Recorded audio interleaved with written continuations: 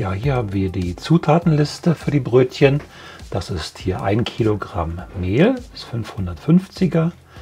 Dann habe ich hier ein Viertel Liter lauwarme Milch, 350 Milliliter Wasser. Dann haben wir hier ein halbes Päckchen frische Hefe, das sind so 20 Gramm, 8 Esslöffel Öl. Dann haben wir hier 20 Gramm Salz und 1 Esslöffel Zucker. So, los geht's. Wir starten mit der lauwarmen Milch. Und zwar setzen wir jetzt die Hefe einmal an, damit die schön gehen kann. Kommt alles in eine große Schüssel rein. Dann wird die Hefe so reingebröckelt, damit die sich gut auflösen kann. Und anschließend machen wir dann den Zucker dazu. Jetzt alles gut verrühren, damit sich die Hefe auch löst in der warmen Milch. Und schließlich geben wir jetzt noch ca. 100 Gramm von dem Mehl dazu, damit die Hefe auch was zum Tun hat. Ich verrühre das hier nochmal ein bisschen und stelle das dann bei Zimmertemperatur ein paar Minuten beiseite. Und nach kurzer Zeit werdet ihr sehen, dass aus der Flüssigkeit so eine schöne Pampe geworden ist hier, schön schaumig. Dann ist die Hefe gut und wir können weitermachen. Dazu kommt jetzt erstmal der Rest des Mehls in eine große Schüssel rein. Ich mache jetzt hier eine kleine Kuhle und dann kommt der Rest von den Zutaten dazu, also das Wasser. Dann haben wir noch das Salz und schließlich das Öl. Und die angesetzte Hefe kommt natürlich auch dazu. Das Ganze werde ich jetzt in der Küchenmaschine eine Weile rühren. Ich starte also mit einer niedrigen Stufe, damit erstmal alles gut durchmischt wird. Bei dieser Küchenmaschine lasse ich das immer so 5 Minuten ungefähr vermischen. Bei einer niedrigen Stufe und dann stelle ich das auf eine höhere Stufe, damit das ein bisschen schneller dreht, und das lasse ich dann noch mal so circa 10 Minuten laufen. Das müsst ihr ausprobieren. Jedenfalls am Ende soll der Teig eben nicht mehr so klebrig sein. Er soll zusammenhängen, das heißt, er soll sich ziehen lassen, wenn man das hier so mal testet. Darf er nicht sofort reißen. Wenn das noch nicht so ist, dann solltet ihr die Maschine noch ein bisschen anmachen. Wie ich das beim Baguette-Rezept gesehen habe, erreicht man diesen Effekt natürlich auch durch längeres Stehenlassen des Teiges. In der Regel wird damit auch der Geschmack besser. Bei meinem Baguette-Rezept ist das sogar so, dass ich den Teig 2 Tage im Kühlschrank gehen lasse. Dann braucht ihr aber auch weniger Hefe zu nehmen. Je mehr Hefe, umso schneller geht der Teig. Also wenn ihr sowieso vorhabt, den Teig länger gehen zu lassen, dann könnt ihr durchaus die Hefe sehr stark reduzieren. So, das Ganze lasse ich jetzt bei Zimmertemperatur abgedeckt eine Weile stehen, bis sich die Masse ungefähr verdoppelt hat. Ich werde heute für euch ein kleines Experiment machen und ein paar Sachen ausprobieren. Deswegen werde ich nicht den ganzen Teig nehmen. Das wären jetzt eigentlich 2 volle Bleche geworden. Ich werde den Teig jetzt hier erstmal vorsichtig rausnehmen und dann einmal halbieren, sodass ich mir eine Hälfte erstmal in den Kühlschrank zurücklegen kann und die andere Hälfte direkt verarbeiten kann. So habe ich dann 2 einzelne Bleche, die ich dann nacheinander in den Ofen reinschiebe. Hier seht ihr, wie schön wabbelig und geschmiegsam der Teig geworden ist. Das sind jetzt hier so 1,6 Kilo. Das halbieren wir jetzt, so dass dass ich da 2 Bleche mitmachen kann. Ein bisschen noch dazu.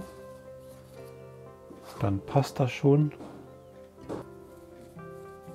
So, und die andere Hälfte werde ich dann gleich mal weglegen in den Kühlschrank.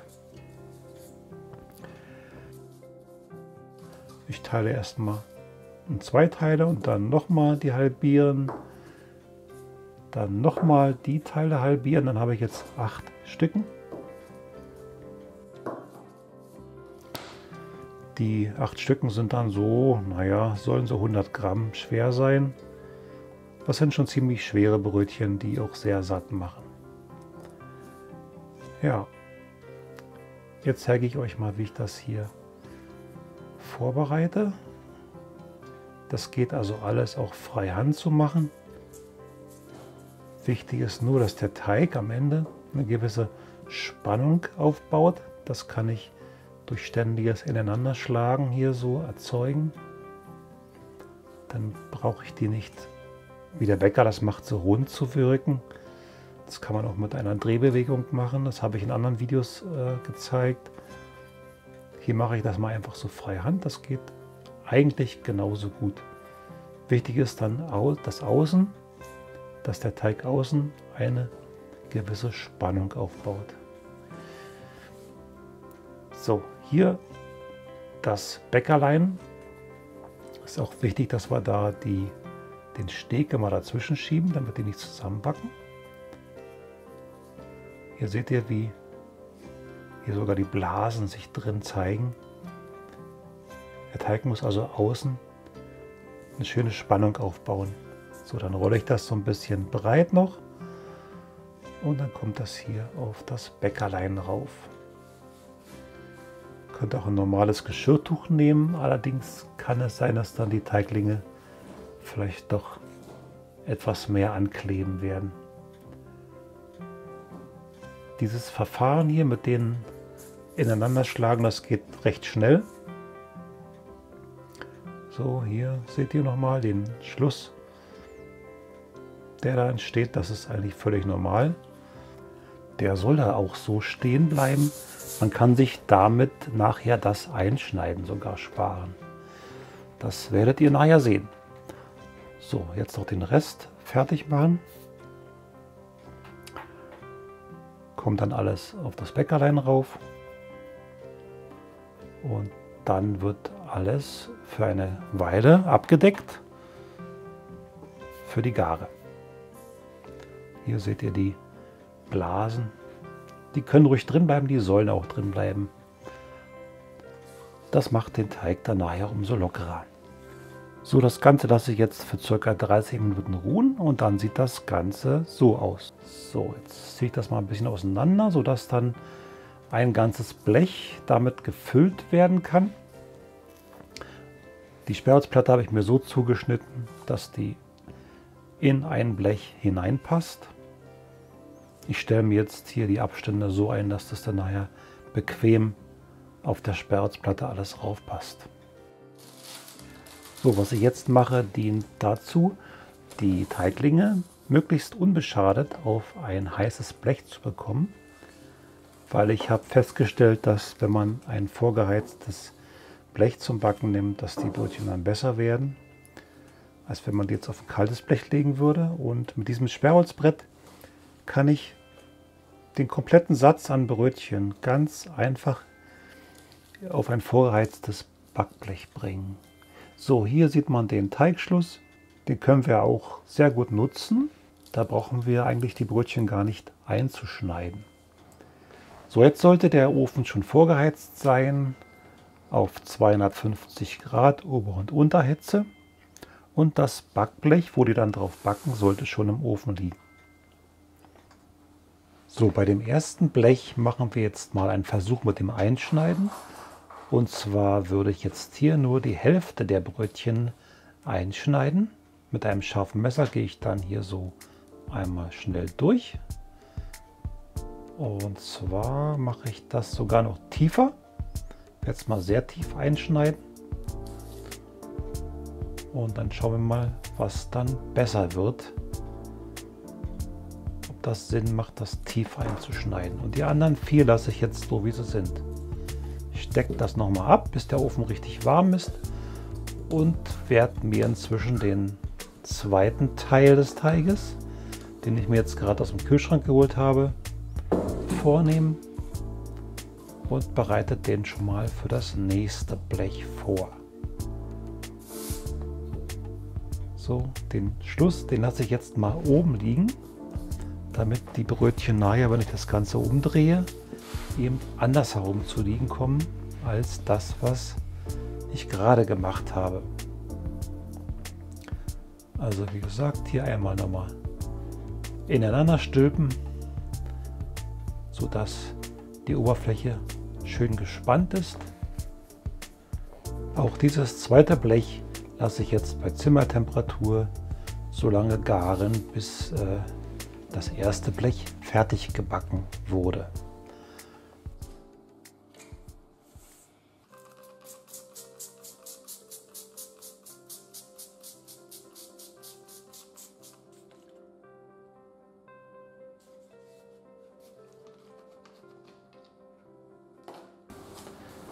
So, jetzt kommen die Brötchen wieder hier rein. Zack. Und gleich einen Schuss Wasser auf den heißen Ofen geben, damit da sehr viel Dampf entsteht. Das Ganze wird jetzt 20 Minuten backen. Wie gesagt, bei Ober- und Unterhitze, 250 Grad. Und da sind sie. Ist doch ganz gut geworden. Und die schauen wir uns gleich an, was da noch wie geworden ist. Das Blech kommt gleich wieder rein für die nächste Runde. So, die sind doch richtig gut geworden. Sehr schön.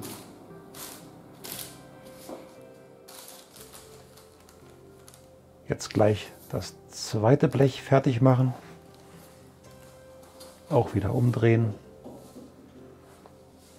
Und mit dem Sperrholz und dem Backpapier, was drunter liegt, auf das heiße Blech rauf. So, hier probieren wir jetzt eine andere Schnitttechnik aus. Und zwar werde ich die jetzt alle einschneiden, aber eben anders. Und zwar werde ich das hier flach einschneiden, sehr flach und nicht zu tief. So wie das beim Baguette gemacht wird. Ich halte die Brötchen kurz fest und ziehe das ganz schnell durch. So, auch das kommt rein in den Ofen. Und hier, wie man sieht, in den ersten Minuten gehen die auch schön auf. So, jetzt haben wir, naja, die ersten 5 Minuten gehen die hoch und dann passiert eigentlich nicht mehr so sehr viel. So nach ca. 20 Minuten sind die fertig und ich kann die rausnehmen. Ich habe die mal so ein bisschen schärfer gebacken diesmal. So, ich habe so ein paar Versuche gemacht bei dem Ganzen. Und das war die erste Runde, das ist die zweite Runde hier.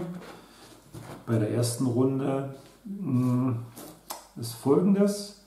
Und zwar habe ich hier bei diesen mit dem Messer relativ tief eingeschnitten und bei diesen habe ich gar nichts eingeschnitten hier. Wie ihr seht, im Vergleich jetzt mal die beiden, also mir gefällt jetzt das, ist sogar besser geworden mit dem natürlichen Bruch, mit der natürlichen Bruchkante, die einfach hier aufgegangen ist, oder mit dem natürlichen Schluss, ohne jetzt einzuschneiden, als das, was ich ganz tief eingeschnitten habe. Da muss ich dazu sagen, das habe ich nach dem Einschneiden nur relativ lange liegen lassen, weil der Ofen noch nicht warm war. Also ich musste noch ein bisschen warten. Deswegen ist es so ein bisschen auseinandergegangen. Aber wie man sieht, der tiefe Schnitt hat gar nichts gebracht. Also dann lieber die Brötchen so. Von der Bräunung her ist das durchschnittlich geworden. Also auch von unten ganz gut. Knusprigkeit ist wunderbar. So, und jetzt kommen wir mal zu dem zweiten. Der Teig hier, der war zwischendurch eine halbe Stunde im Kühlschrank. Habe ich ihn rausgenommen, da war noch ein bisschen kalt. Die Brötchen sind insgesamt nicht so gut aufgegangen wie diese hier. Allerdings habe ich jetzt bei diesen Brötchen Folgendes gemacht. Ich habe hier alle eingeschnitten, aber alle eben nur ganz flach mit dem Messer. So schräg eingeschnitten, nicht tief, sondern schräg. Und das ist hier sehr schön rausgekommen. Die sind sehr schön aufgegangen. Die sind so auch mehr nach oben gegangen, nicht so zur Seite. Also ich würde sagen, mir gefällt am besten hier so das einfache Aufbrechen ohne weitere Schnitte beziehungsweise das Aufbrechen mit einem schrägen Schnitt. Muss ich mal gucken, wie ich das nächste Mal mache.